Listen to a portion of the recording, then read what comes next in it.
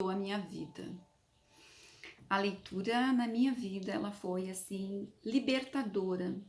Eu costumo dizer que ela foi uma forma de eu dizer não à predestinação. O meu primeiro contato com a leitura foi na década de 70. Eu devia ter uns 5, 6 anos. E esse contato eram as cartas de minha mãe. Como assim as cartas de minha mãe? Nessa época, minha mãe trabalhava em casa de família e eu era criada com a minha avó e o meu tio Agenor era o único letrado da família.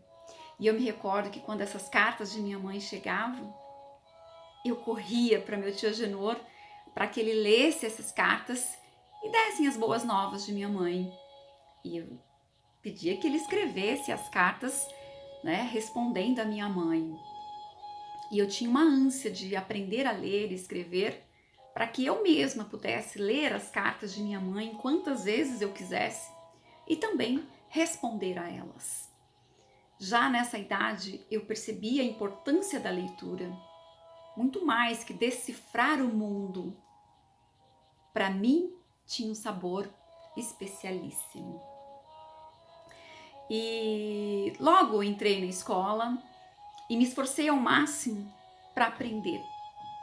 E eu me lembro que o primeiro livro, né, a cartilha, era a Cartilha Renata Sodré.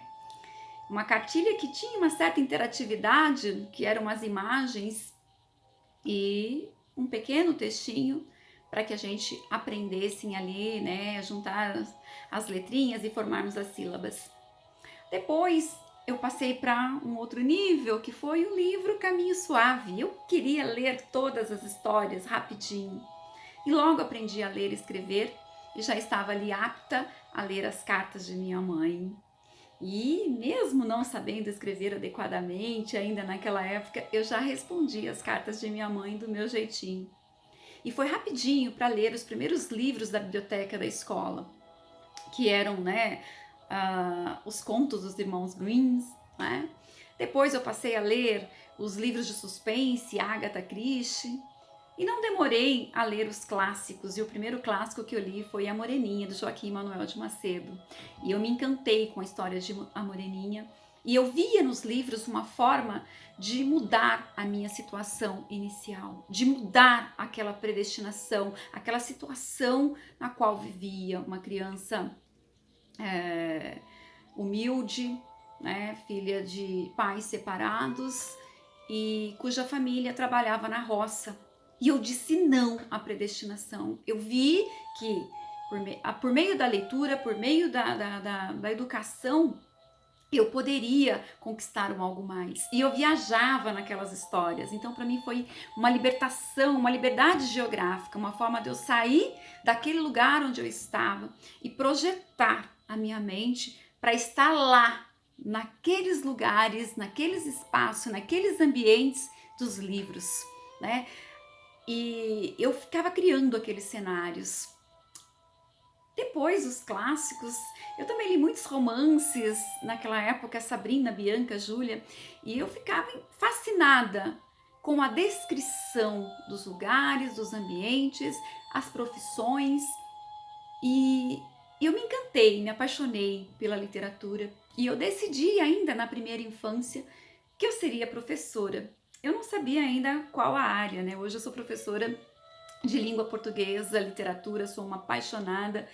Que eu posso dizer? Que a leitura me mostrou um universo totalmente diferente do contexto onde eu vivia. Ela me teletransportou, ela me deu a força, ela me deu a energia para dizer não àquela situação de extrema pobreza. E eu disse, eu vou chegar lá. Eu quero conhecer esses lugares, desses livros, eu quero estar lá, eu quero fazer a diferença como muitos personagens dessa história estão fazendo. E a leitura, ela é isso, né? Ela te teletransporta, ela te dá poder, porque ela te dá conhecimento.